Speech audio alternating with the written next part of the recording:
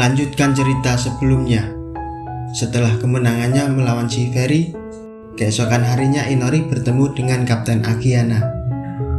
Kapten Agiana menawari Inori untuk bergabung dengan asosiasi kesatria. Kapten Agiana mengatakan pengusirannya Inori tertunda karena duelnya dengan pahlawan negara tetangga yang sebelumnya.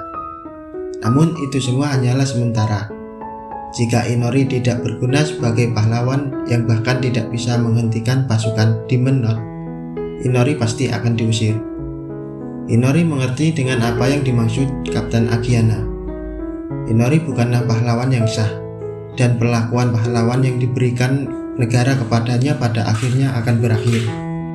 Jadi, Kapten Agiana ingin menjadikan Inori sebagai kesatria, dan kesatria adalah job lain selain menjadi pahlawan. Kapten Agiana mengatakan bahwa kemampuan deteksi Inori berguna. Mendengar itu, Inori sedikit terkejut dong, karena semua orang berpikir dia tidak berguna. Inori tidak bisa memutuskannya sekarang untuk bergabung dengan asosiasi kesatria. Mendengar itu, Kapten Agiana sedikit kecewa. Lalu dia mengatakan kepada Inori untuk datang kepadanya jika tidak punya tempat untuk pergi alias diusir. Inori akan mengingat penawaran itu. Inori bergumam, dia tidak punya tempat untuk pergi jika dia dikeluarkan dari kerajaan. Tak lama kemudian, Ryuto datang untuk mencari Inori. Ryuto mengatakan putri pertama memanggilnya.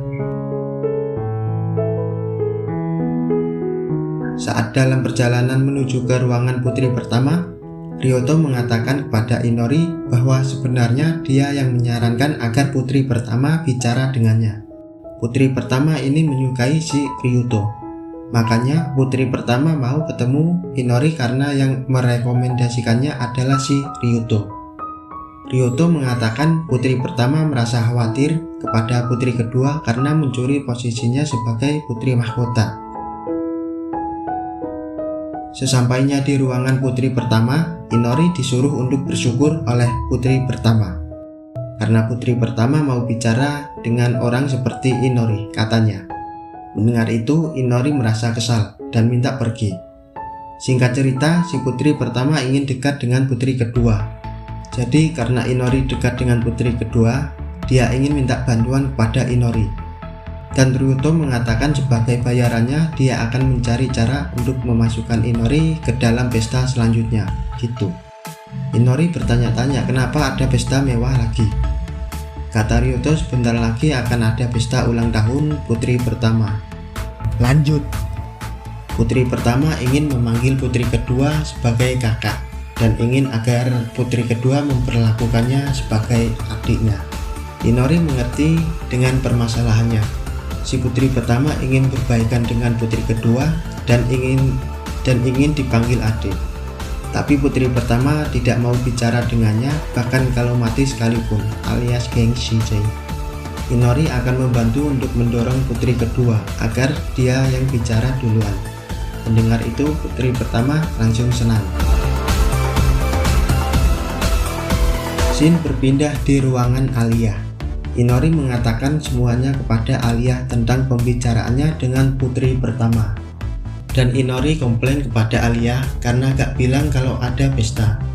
Alia mengatakan kalau Inori tidak diundang, dia tidak perlu tahu dan tidak perlu ikut pesta.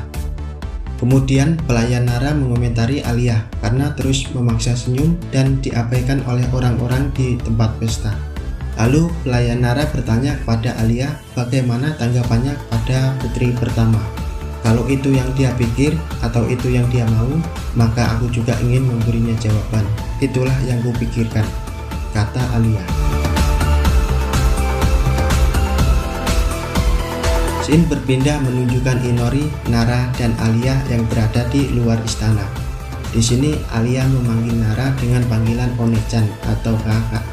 Inori merasa mereka berdua seperti kakak beradik. Di sini mereka diam-diam menyelinap keluar kota untuk membelikan hadiah putri pertama, dan Inori menyamar sebagai pengawal Alia. Singkat cerita, Alia ingin membelikan putri pertama perhiasan, tapi Alia kebingungan memilih perhiasan yang bagus. Lalu Alia bertanya kepada Inori perhiasan mana yang akan membuat putri pertama senang. Inori kebingungan ditanyai seperti itu karena mereka baru bertemu kemarin. Bagaimana dirinya bisa tahu? Alia mengatakan bahwa Inori baik dalam memahami emosi seseorang. Inori tidak menyangka bahwa Alia bisa mengetahui hal itu.